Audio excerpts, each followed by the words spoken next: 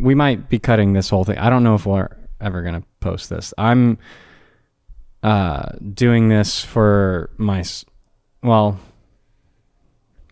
possibly someone else out there if it helps. And if it just helps me, I'll take it. So yeah, I haven't, been doing well for maybe over a month now. I've had just to give like some context, a few conversations with some close friends. One of them ended with, he's like, I'm gonna take your guns for a bit. And I said, okay, yeah, that might not be a bad idea. So yeah, I'm just going to talk to you guys. I don't know if this is going to ever be posted, but I think it might be helpful, or therapeutic or something. 'Cause I've been dealing with anxiety and panic like I've never experienced before. I've dealt with like deep sadness, as we'll get into. I'm gonna tell the like my full story. Let's do it. Okay. All right. I was always an extremely emotional kid growing up. I fell hard for my first love when I was 13, and then I was just a big romantic. But I always had this I don't know if everyone has this, but I had this like undercurrent of like something dark was coming. Something bad was going to happen. And a few things did that kind of confirmed that. But the first one was my father. So my dad, Anthony Allen Templeton, was like the most sociable, fun, bright light, everyone's friend. He was incredible guy. He was my best friend. We spent, he was out of my life. He left when I was a baby, and then he came back into my life around 11 years old. And then he taught me golf, and we spent 14 amazing years together. And we're best friends. He told me everything. He told me things he didn't tell anyone else. One of my favorite stories he told me was in the late 60s in the Vietnam War. He's serving in the Air Force in Arizona, and he's at the grocery store, and this woman comes up to him screaming, "John, John." And he told me it's like an attractive lady, and he's born in 48, so he's like around 20 years old, 47 maybe. And she's like, John, what are you doing here? And he goes, my name's, Anthony. I don't know. What do you, and she's freaking out. Yeah. And she pulls this picture out of her bag, and it is him. It is my dad. Yeah. He has a doppelganger that is at war, that's been shipped off, deployed. And this is, I don't know if they were just dating or if they were engaged, but she thought that her boyfriend or fiance was back. And then she runs and grabs her cousin, and cousin comes up to my father and says the same, like freaks out. It's like, "You're here, John. Oh my God. Like, what are you doing here?" And my dad sees it as, he's a young guy and he's, girl crazy, and she's pretty. Mm-hmm. And so he's flirting with her, and she's flirting back. And she's like, "Well, you have to you have to come home to see the family. This is too weird." Cause he looked at the picture and he said it was me. Did he tell them that it wasn't him? Yeah. He's like, "No, my name's Anthony. Like, here's my driver's." It was just a doppelganger. Yeah. He had a doppelganger. So they take him home, and the whole family, her whole family's having a get together that day. And he walks in the door, and the mom comes up and is like, John, what are you doing here? And then the dad comes, and it's every single person, same exact thing. And then he told me he ended up dating her for a few months. Oh my God. It was amazing. It was my favorite story of my dad. I introduced him to poker later in his life, and that became like a really good social outlet for him, and everyone loved him at the card room in Sarasota. But at 18, when I was 18, he set us down, me and my brothers, and he said, I have kidney failure. And he didn't tell us how long he had to live. The doctor said about a year, 6 months to a year. And so that was like that underlying current of something bad was coming. That was like the first, I was like, there it is. Yeah. It's happening. And he battled and he fought for his health, and he ended up living like 7 years. So he passed away when I was 25. And I was then like the next big, turning point in my life was again, that was extremely like sad and but there wasn't like crippling anxiety. I didn't have You said he lived way longer than he was given to live, right? Yeah, he died when he was 68, but he died in peace. He was like, I remember the last time I saw him, I gave him a big hug. He was smiling. He was at peace, and he was content. Then and a few years later, my 6-year relationship ended, and that was a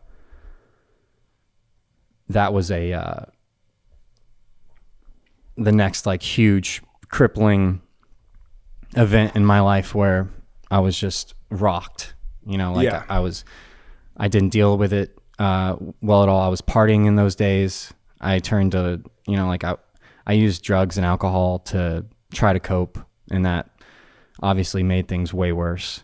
Trying to deal with the pain and loss of that. And then I went on a sabbatical, and I started doing all the things that I, said I was always going to do, like, work on myself, meditate, eat healthy, train, get quiet, and calm myself down, get off drugs, get off alcohol. And that brought in years of like the best times of my life where it was like, the feeling of falling in love. Yeah. Those weeks or those months, however, that beginning of like where everything is amazing. Every day is like, you're just so happy. Like you're smiling at strangers. Everything is just joy and peace, and you feel fulfilled. And I was single, and I felt that every day. And I remember, and I mean, it took a while. It took years of practice of doing these things that were very boring in the beginning, like sitting still in a dark room and doing nothing. It took months and months and months to start seeing the effects, but eventually it was like euphoria every day. And I remember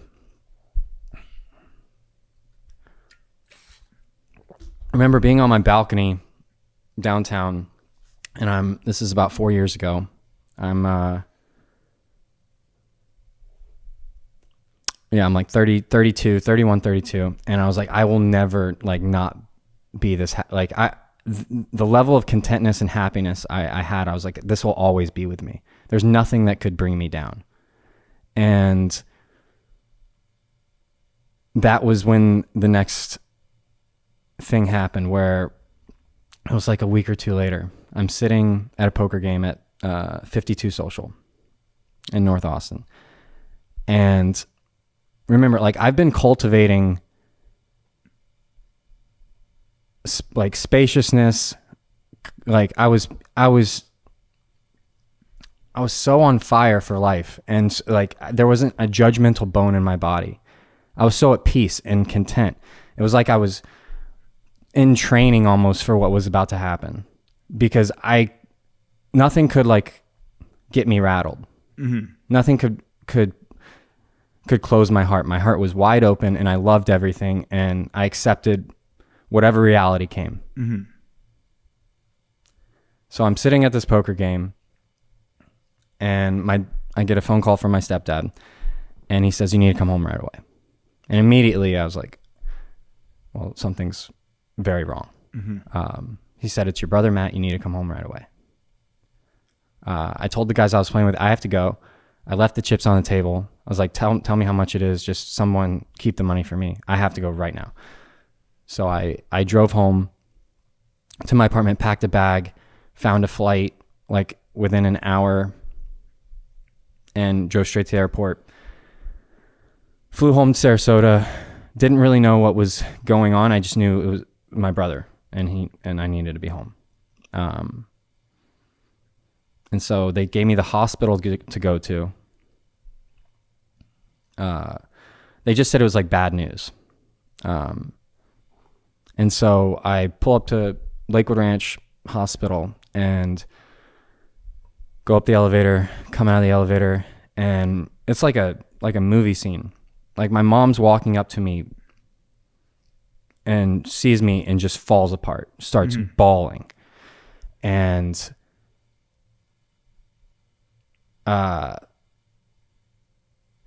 she's like,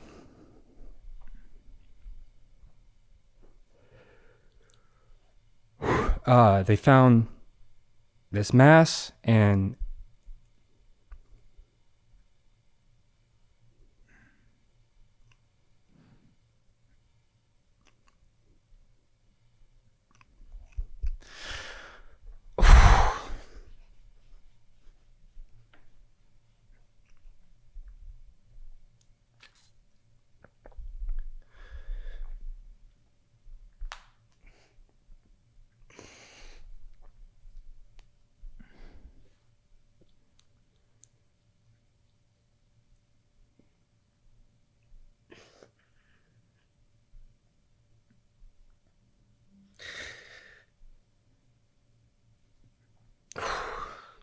It's all right, man. You're getting it out there. Yeah, you bury it for so long. Mm-hmm. So she's like, she falls apart. They found this mass.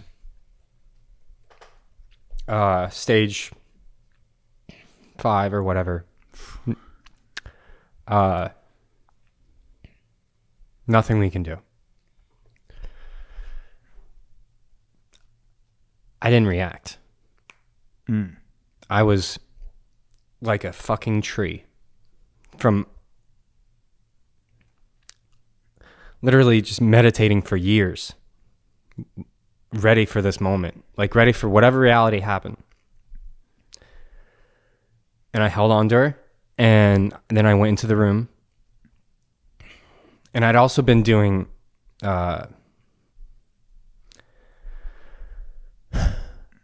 dream practices, where lucid dreaming, where you're conscious in your dreams.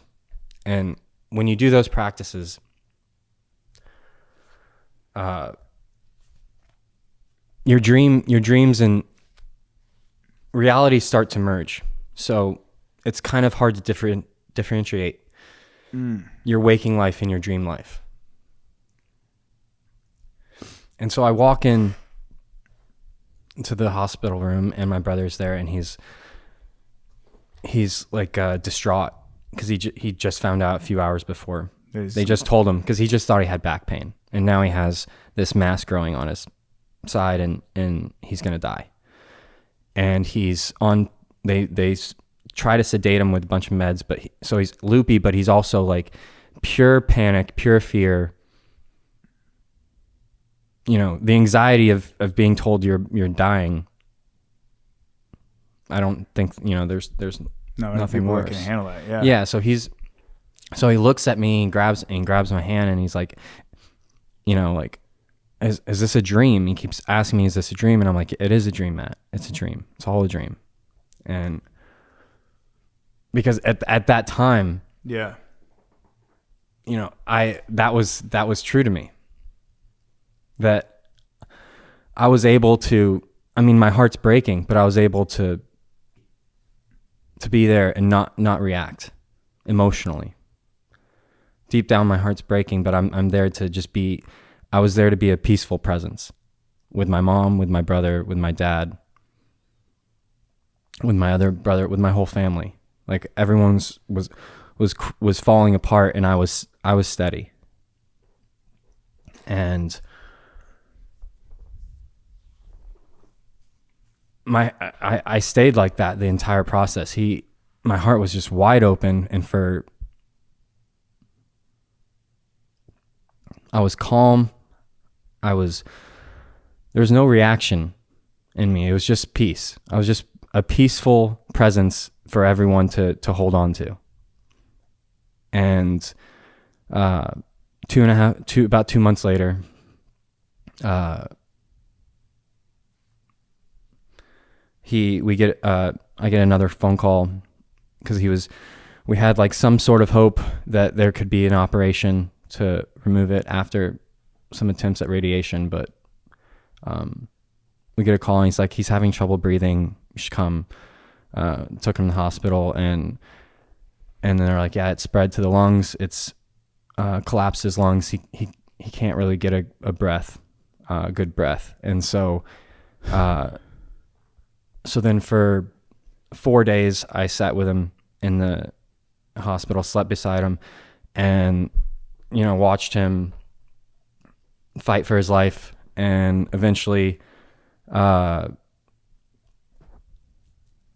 didn't know this, but like assisted suicide is, in these circumstances, hospitals have the ability, if the family agrees, to sedate a person to the point where their body will shut down. Yeah.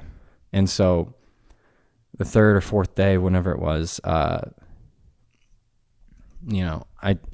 had a conversation with my mom. I'm like, it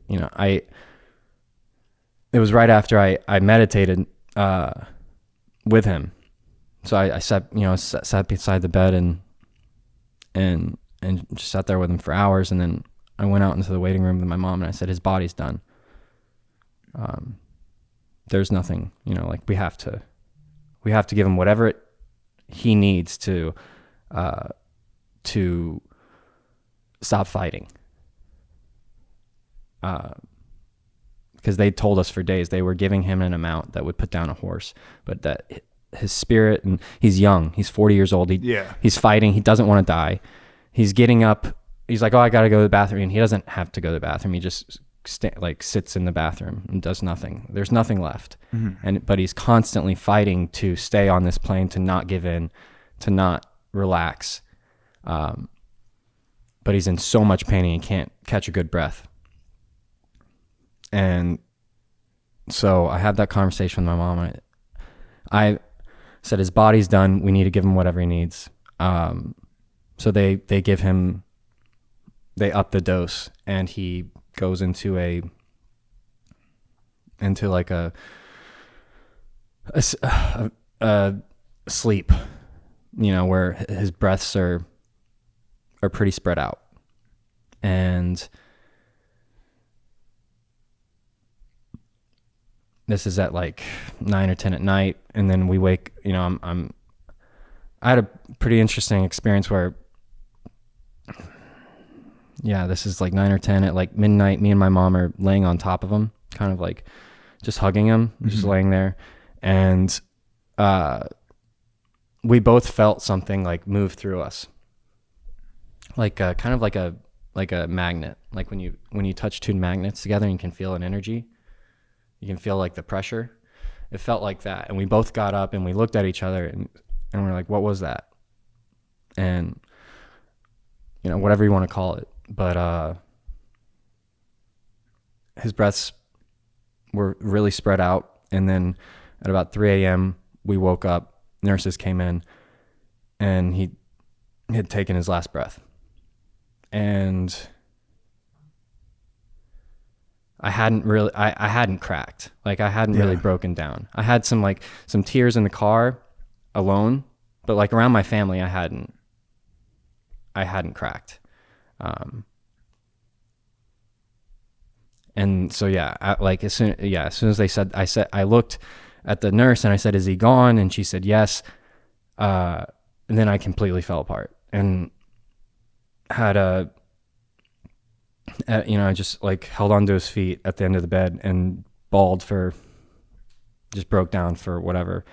I don't know how long, 20 minutes, 30 minutes, 40 minutes. It was the first, so I had it, and then I went out of body. So I had an out of body experience while I'm crying.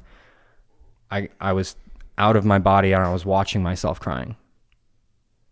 And so there was this presence or like awareness where I was watching myself crying, and whatever awareness was watching myself crying was at peace. That was calm. But in my body I was hysterical. And then I eventually came back and I was just in my body fully.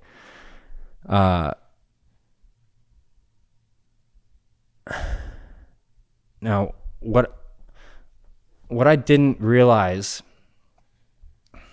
until the last few weeks was what happened, what all this did to me and did to my heart. And now I'm fully aware of it.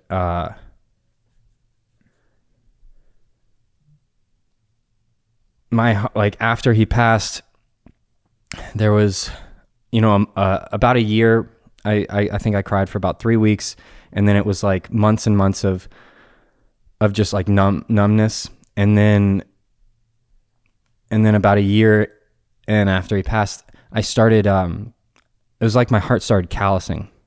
So I'd stopped doing practices. I'd stopped meditating. I'd stopped. I thought you were still like locking yourself in your closet every morning at this point. Right?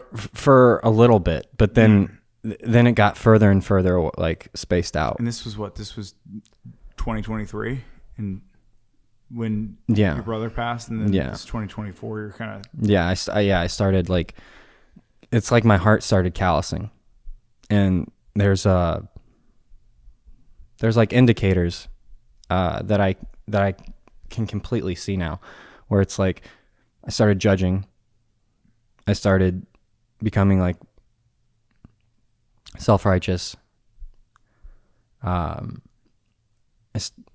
just like everyone kind of just like I couldn't. It was hard for me to have like to let people inside my heart and to the judging is a big indicator when you start judging everything. I just became slowly but surely I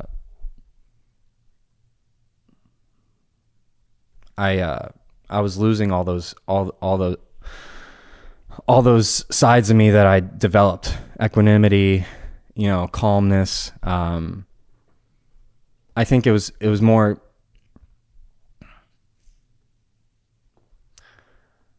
it all kind of happened in the last year is really when I got tested again.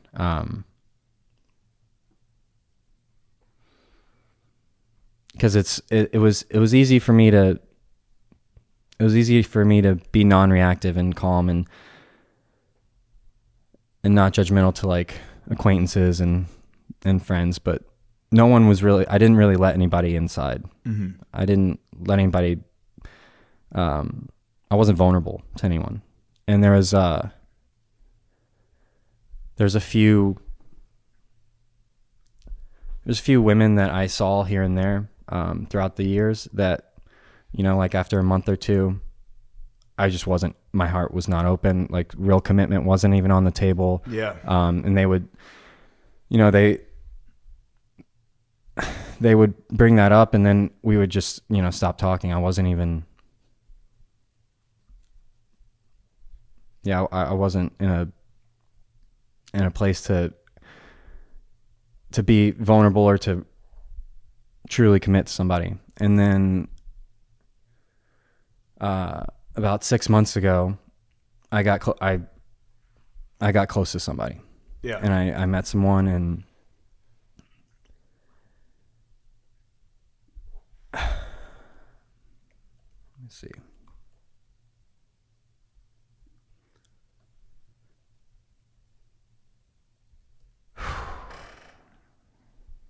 Thanks for doing this, guys.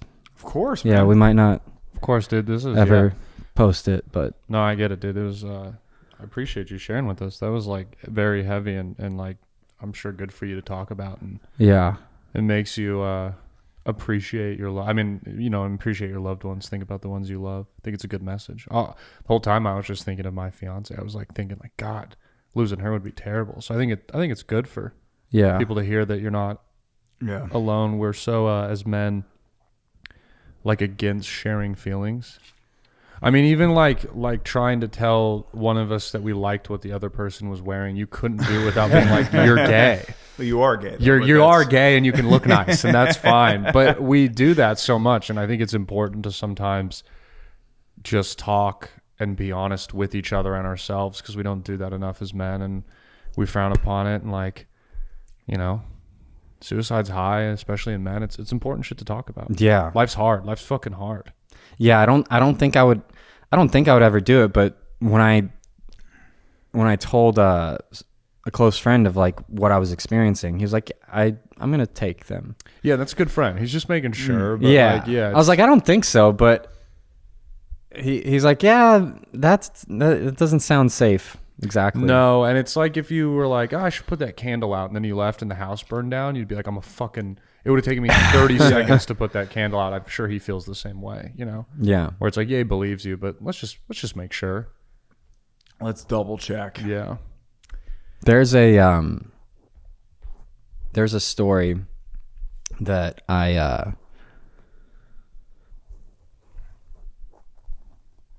it's a good relation to reserving judgment and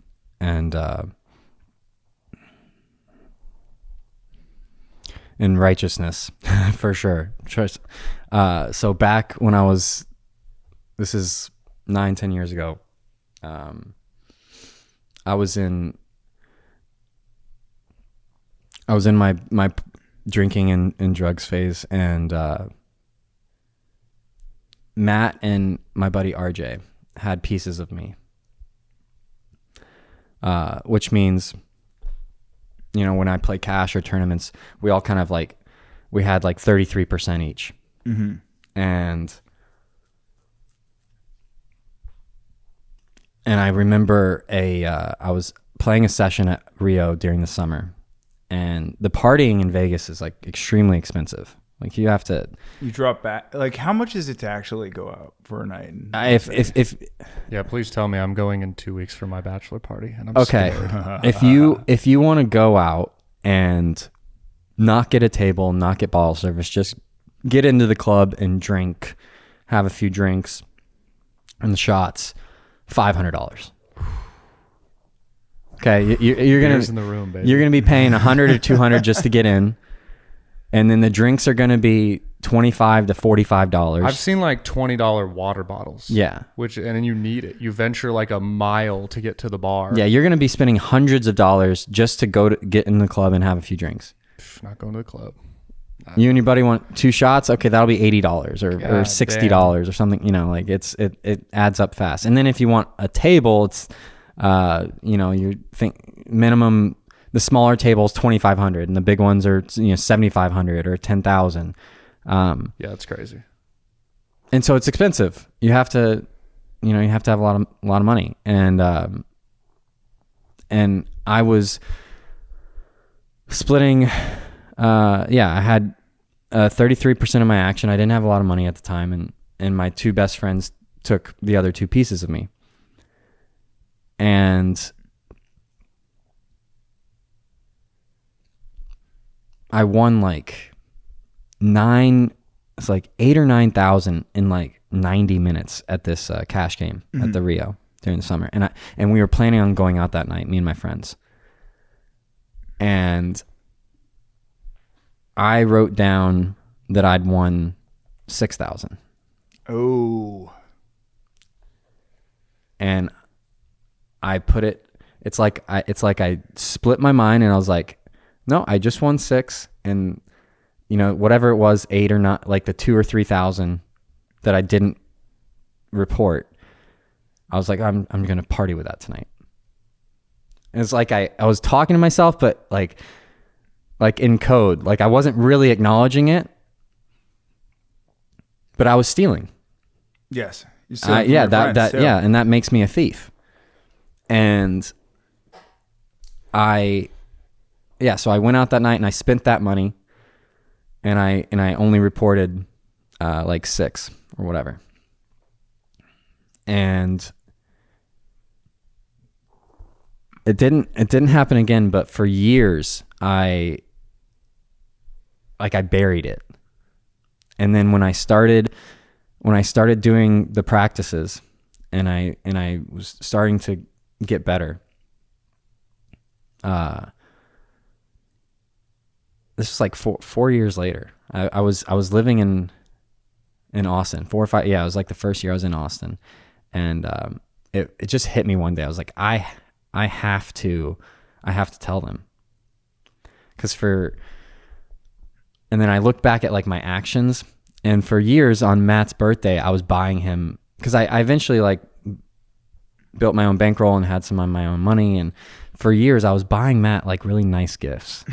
It's like subconscious. Yeah. And then I like it, I was like, I'm doing this out of like guilt. I'm trying to make up for like robbing my best friend. Yeah.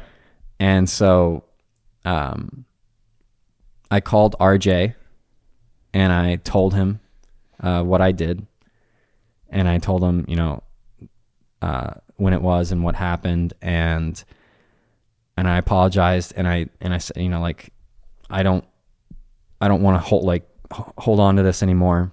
It happened, and you need to know, and you know, like I robbed you, and then I had Matt come over to my apartment, and that was even hard because Matt's my best friend. Mm-hmm. How did he take it? He gave me a hug and he said it's okay. I think that's a good friend right there. But it was really, really hard to tell him. Yeah. Because like I love that guy, and you know, he's done so much for me and helped me through a lot in my life, and I had to look at him and said, I robbed you, and I'm, you know, like nothing like that will ever happen again, and I'm so sorry. But you need to know. I think just navigating a business like this and expecting to land at the end having had perfect ethics the entire way through is extremely difficult and rare. Yeah. I'm sure, where it's, you know, it's $3,000 seems like a little thing, but it's brutal when it's coming from your friends. It's and the wrong, thing with like righteousness and identify, like I could have, especially in the poker world, like that situation happens and then someone is labeled a thief the rest of their life, and that's how they're just looked at. Like you fucked up, and you know, like we've talked about scammers, and they're like, you know, there has to be room for grace, I think, and like forgiveness and moving past like mistakes. Mm-hmm. Which, you know, if you're really, you know, identified with someone that does right, it's hard to acknowledge your own mistakes. Yeah. And then you're on a high horse and you're just judging everything. I think, you know, we had this conversation the other night on Sunday because of a particular incident that went down after dinner. Yeah. But, you know, despite we were in a situation where I got into it with one of my friends, and even though he was acting like a fucking complete lunatic and shithead, it doesn't change the fact that, like, I think the cause of all of that was my own high horse It was my own like, no, I'm the righteous one. I'm the one that like, you're the one that does shitty things. I'm the one that does good. Fess up. Come on. Yeah. And like when you're coming at something from that angle, I think it's like natural to cause problems, you know? Like there was a situation that happened like last night actually. It was I was at a comedy club and I walked in, there's a guy sitting in the back of the room that's kind of known for joke thievery, right? Like a guy that I know had posted a video of him copying someone else's bit, and he'd gotten banned from a bar room across the street, and I know he'd gotten banned from a few places in San Francisco. And so I went to the manager and I said, you know who that guy is? And she's like, yeah. And I go, well, he's banned from this place for stealing. He's banned from this place for stealing. Come on. And then I went and told somebody else, and I was like, hey, this is fucking crazy. And, you know, I'm like, he's banned from 2 major clubs for stealing. He's banned from the local shows. And then somebody called me and was asking me about it today, because they're like, yeah, I'm putting the club manager's feet to the fire about this, and they're not budging. Like, they're acting ridiculous. And I go, before we go any further, let me just call one of my friends and see how like the people out there actually feel about it. And they're like, yeah, he's like taking a couple bits, but there's interpretations that could go a different way. And the reason that he got banned from the clubs had nothing to do with joke thievery. And I had to just call both people and fucking walk it back. Go, I was like, I think he's a good guy? No. But I overreacted. Yeah. Because when you're coming into it with the, I don't steal, I don't do any of this type of shit. And then I'm right, you're wrong. Yep. Yeah. It's almost like you never regret not reacting and keeping your mouth shut and thinking a little more. It's always it's the immediate reactions.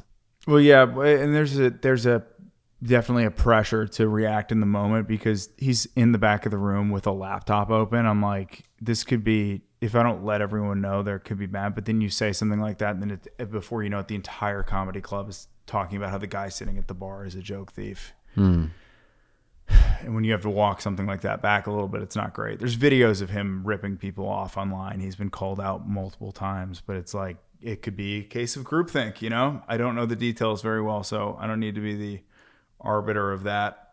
Sucks. But we're talking about more important things than fucking hack joke thieves. So sorry. Tangent. No.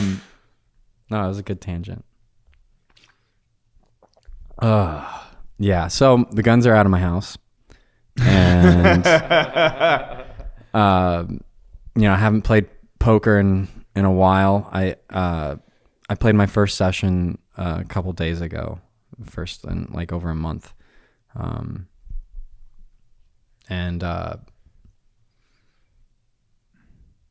yeah, it went well.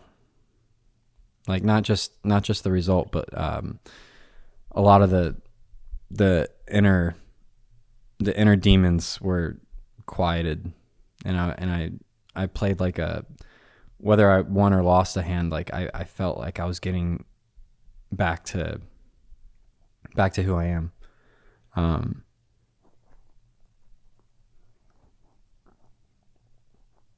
Yeah.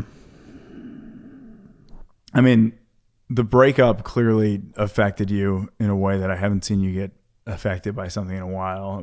I feel like we could sort of feel the tension in you rising over a period of time, where like I feel like you changed as a person over the course of the month leading up to it. Yeah, there's something in the air. It wasn't just a clean holy fuck out. It was I walked 55 miles last week.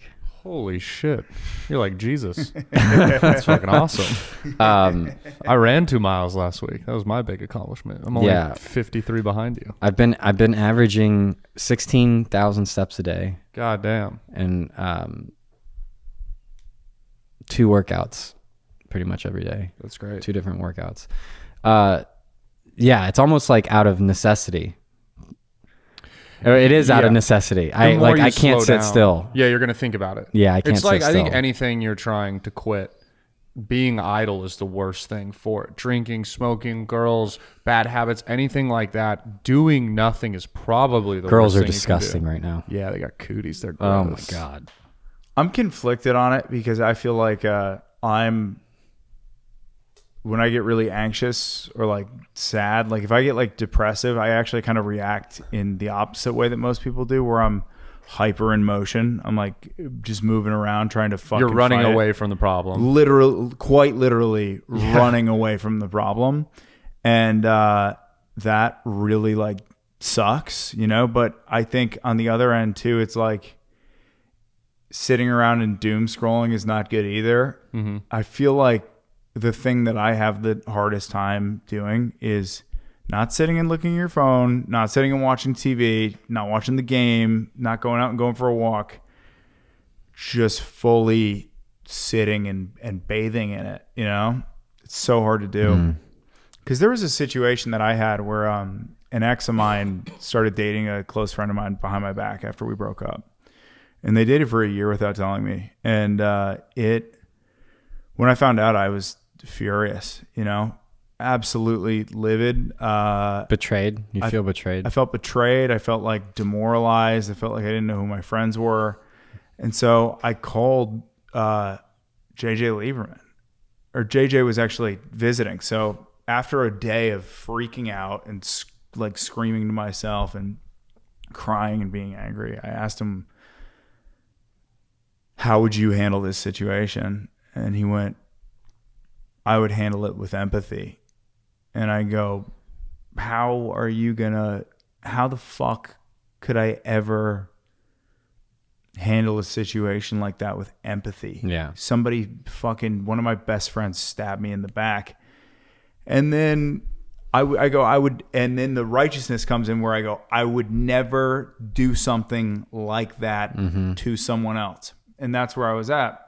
And then when the empathy thing hit, what I think I did right in that situation is what I failed to do in so many of the other ones, which is I fully processed it. I fully felt the anger. I didn't try to tamper it. I didn't try to slow myself down.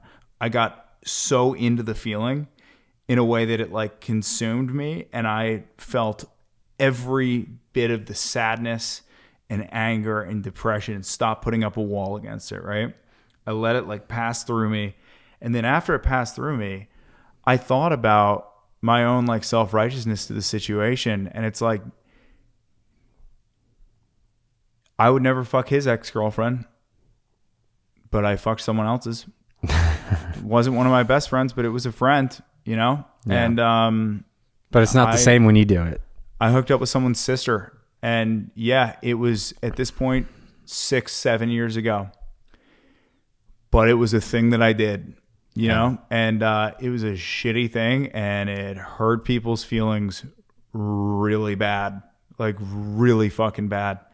And yeah, it's like everyone's the main character in their story. yeah, you can't apples and oranges everything and go like, well, I would never do that. But it's like, yeah, you've done something that's like parallel and bad. It's not the same thing, but it's also bad. And at that point, I was able to kind of drop it and realize my own foolishness. And I called her and I went, hey, I'm not really ready to talk to him right now, but I just want to tell you, I'm like, I have been very upset for the last 3 days, but I've thought about it and I forgive both of you. And I hope, truly, I mean this, I hope you get married and have kids. Good luck. And they broke up 6 months later, and then I was mad again. But was it really worth it? But it was like one of the only things in my life at that point where I could point to and go, that was a situation that I handled the correct way. You know what I mean? Where I was like, okay, where maybe there is some sort of spiritual growth going on behind the scenes. Yeah. And it's well, this spot is like, I've never really, anxiety attacks or panic attacks is not something I've fully experienced like this ever before. Mm-hmm. With my dad and with my brother. It's a deep sadness, but I told a few people this. It's like It's like being in a void, and whatever emotions you have, there's nothing to hold on to. It's completely black because there's no getting them back. There's no there's no talking to them. You can talk to them, but it's, it's up for debate whether that's real or not. Mm-hmm. There's nothing to do. So it's just like a deep, deep sadness. And with this situation where, it didn't take very long for this person to become the closest person in my life. And, yeah, I could feel it. It happened quick. It was like within pretty much right away. It was and like, so she lives here now. And like, and no, she became my life almost immediately. And I saw my future with her. Mm-hmm. And when that's, when that's torn away, it's, it was very similar to the experiences of loved one passing, but then they're right there. She's on the other side of the world, but I can pick up my phone and just see that she's alive. I can text her within a second. And so there's something to grab onto, but I know, like, I can't, I shouldn't, like, when someone, is doing something for themselves, like what they think is best for themselves, you have to allow it. You can't kick and scream and especially when they tell you not to fight for the thing. You can't just grab at it. You have to let, especially if you love them, you have to respect their decision and allow them to go. But yeah, the anxiety, it's like something dark has like the back of my neck, and it makes it really hard to be still. And so, like, the methods that I'm choosing that are helping are rigorous exercise and being outside in heat and running and just nonstop physical movement. And exhausting my body to the point where when I do sit still, there's not a lot of energy to go around. I mean, a part of my routine for a long time was always to read in the mornings at like a coffee shop, and that's been, it might happen like once a week, but like all the other days I can't. I have to go run. I have to immediately go work out and then do something all day outside. 55 miles in a week.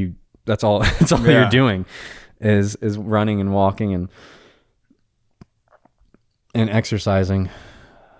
But that's, I guess that's the foreseeable plan for the future. Yeah, dude, the constant movement is it's a piece of my life, and it makes me wonder if I have some like severe mental illness. Because if you look at I'm not as far along as you, but the numbers are crazy. Yeah, and it makes me wonder if I'm like if my brain. Well, you're a runner. Yeah, but I'm going, I need to stop doing that because I have tendonitis right now. And then I'm like, yesterday I still did 16,000. And I'm like, what do you fucking do? Stop. But dude, I wanted to ask like about the grief in particular, right? Because it was an interesting point to meet you, because when we met, you were in that bulletproof phase. Where I'm before my brother. Yeah. So yeah. I met you and we became friends, I believe, in like June or July of 2023. And then your brother, what was I like? Well, I don't really remember, because it was like I met you and we became friends and we hung out a couple times, and then we would see each other at the gym and we'd go you know, kick it and do stuff. And then pretty much immediately your brother got sick. So when I met you, you went straight from this like super strong, super like, okay, I'm dialed in, I'm zenned out, nothing can affect me, straight into like the most difficult period of your entire life. It's a strange place to meet someone, you know, like, I don't know, man. How you hit the next year, right? And you said like you started to fall apart, fall out of your practices, shell up. I was training. Reaction, you know. I was training really hard, but it took about I think somewhat like somewhere around a year to get really like back into poker. Mm-hmm. But then like all my energy went into my training in poker. But again, like that wasn't testing me like on an emotional level as much like as a relationship or as like letting someone into my heart. Really? Like, yeah, it was my work. It was my craft. So yeah, that was my life for all the way up to the point where till I met her, and then all of a sudden, I was deeply, deeply affected by like, by her, and now it's like, well, almost like, so the priority was always poker, number one, and after meeting her, you know, like she was priority one. So like the importance of poker was still extremely high, but it wasn't the same. Like the hierarchy was changed very quickly. So like when it comes to, you're still in the thick of it with the breakup. So I think it's like hard to have like a clear perspective on the whole thing because the situation's changing constantly. But like when it comes to like dealing with losing someone like that close to you, like your father or your brother, is there any like kind of takeaway? Is there any piece of advice for anybody that's actively going through something like that? Or is it just something that you have to experience and figure out on your own? Yeah, I mean, I think methods are going to be different for people, you know, like, but definitely finding a method that maybe you haven't tried before, like whether it's meditation, running, lifting, yoga, church, if you're, you know, if it's different types of churches, whatever it is.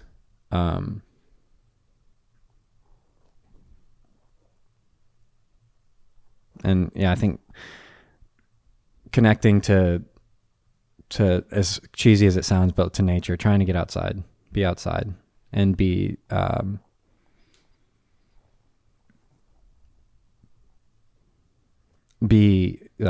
your own best friend. Like take care of yourself, like you're helping like your best friend recover from something.